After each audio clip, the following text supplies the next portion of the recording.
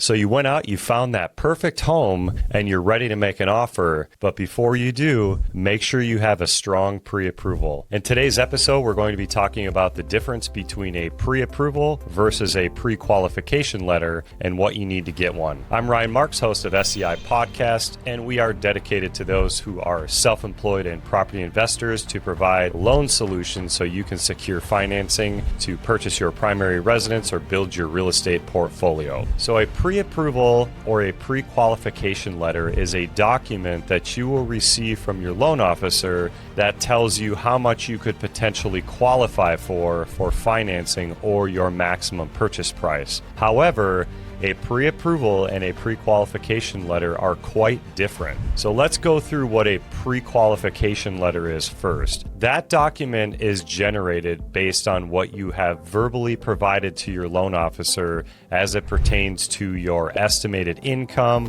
what your estimated assets are, and what your estimated credit is.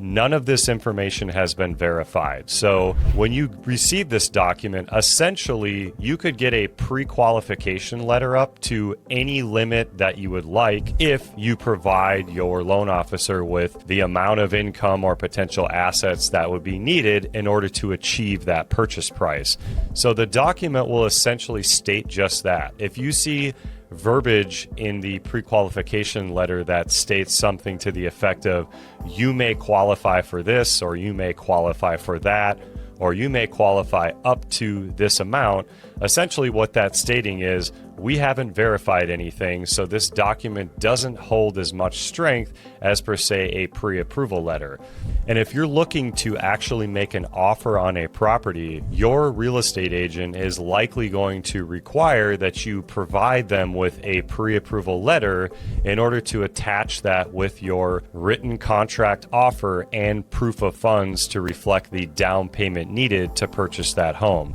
The reason why that they're asking for this documentation is it's letting the agent know, and more importantly the seller know, that you've actually gone out and spoken with a loan officer and they've gone through the pre-approval process in order to actually document some of these items that are needed in order to generate this pre-approval. So instead of verbally providing the information to your loan officer, you're going to provide them with the actual income documentation that you're going to use to qualify for that loan. The loan officer is also likely going to do a hard credit pull, and in some cases you can do a soft credit pull, meaning that this credit inquiry will actually not show up on your credit report, but it will still unveil the majority of what your overall credit looks like. You have to be careful though if you do go with a soft credit pull versus a hard credit pull, because sometimes not all of the information is accurate that's listed within that soft pull. And then ultimately, if you do go under contract and you open up escrow and you're going through the transaction,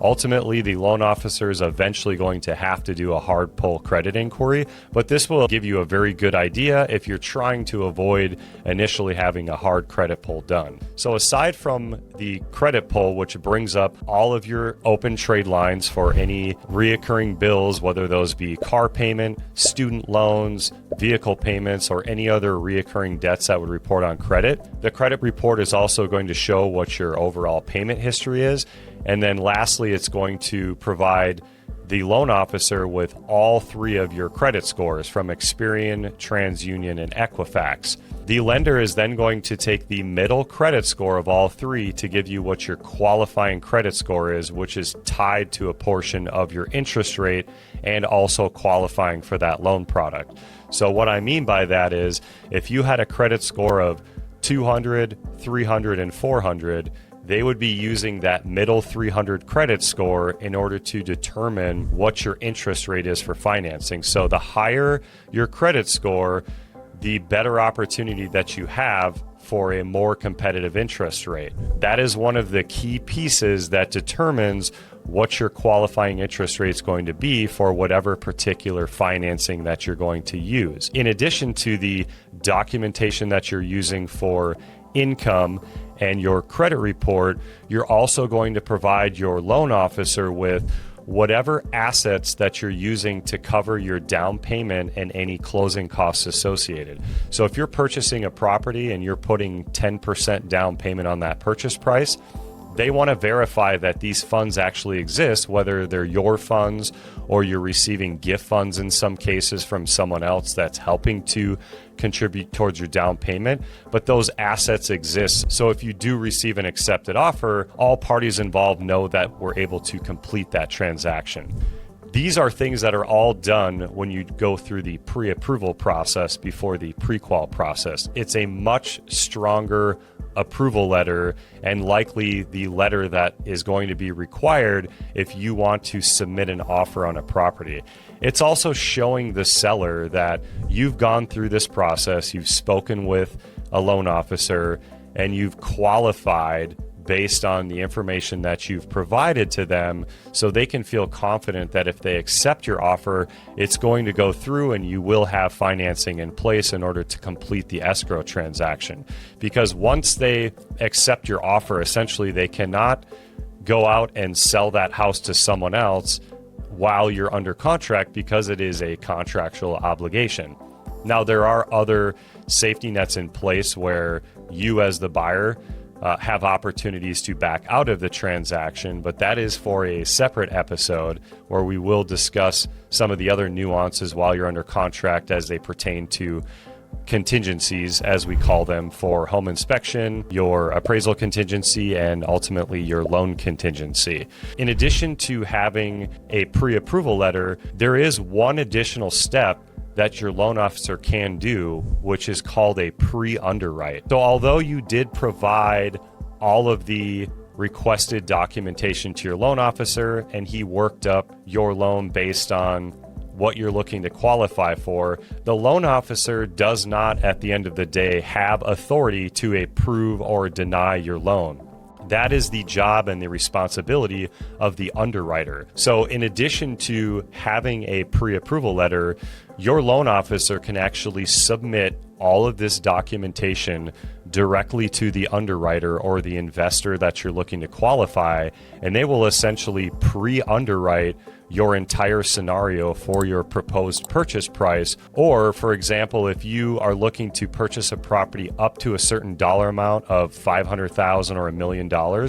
you could have your loan essentially pre-underwritten up to that highest purchase price that you're willing to go to, and then feel confident if you have a conditional loan approval issued, meaning the underwriter has then taken all those documents that you provided to your loan officer and they've reviewed them as well and approved the income that you're looking to go with, the credit that's been provided, and the assets that you're looking to utilize for your down payment and any closing costs associated, and giving you one further step to provide you with assurance that when you go under contract, you can feel confident that your financing will be secured at closing and you will receive keys in hand to your home. This can be done on a primary residence, a second home, or even an investment property if you're just looking to have added that extra reassurance. So before you go shopping for your next home, get in touch with a loan officer, have your documentation reviewed so you can have a strong pre-approval to make an offer on that property, which will give you peace of mind, your realtor peace of mind, and the seller peace of mind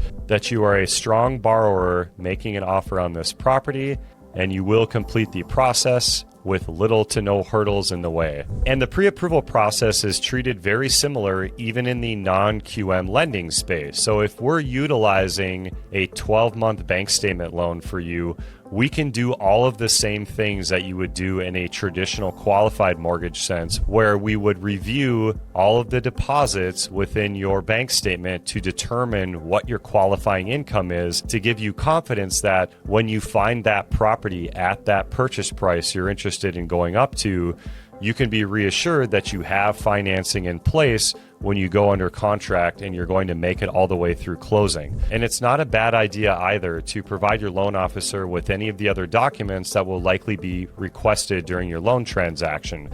So for the bank statement loan, aside from your 12 or 24 months bank statements that you're using to qualify for your loan, you're going to need to show that you are self-employed somehow. So if you have a license for the industry of work that you're in, you could provide that. or your CPA or bookkeeper could write a letter stating what type of industry that you're in, they've prepared your taxes, how long you've been in business, and essentially that you are self-employed. Other things to make note of: the number one holdup in transactions when you're going through escrow is sourcing the funds. And what we mean by that is, if you're using assets in one bank account and all that money has been in there for at least 2 months or longer,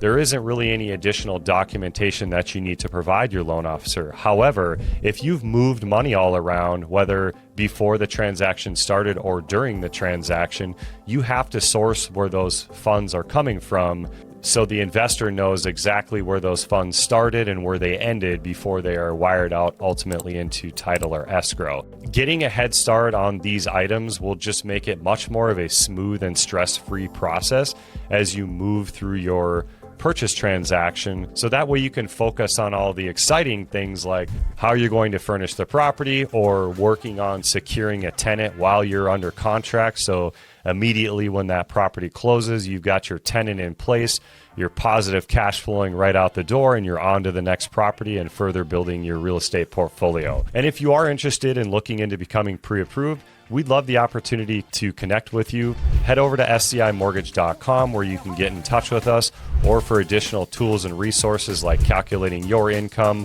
or what additional documentation would be needed in order to have the strongest pre-approval available, so you can separate your offer from everyone else's from the pack and ensure yours is accepted. Thanks for joining on today's episode, and remember, let your money work smarter, not harder. We'll see you on the next one.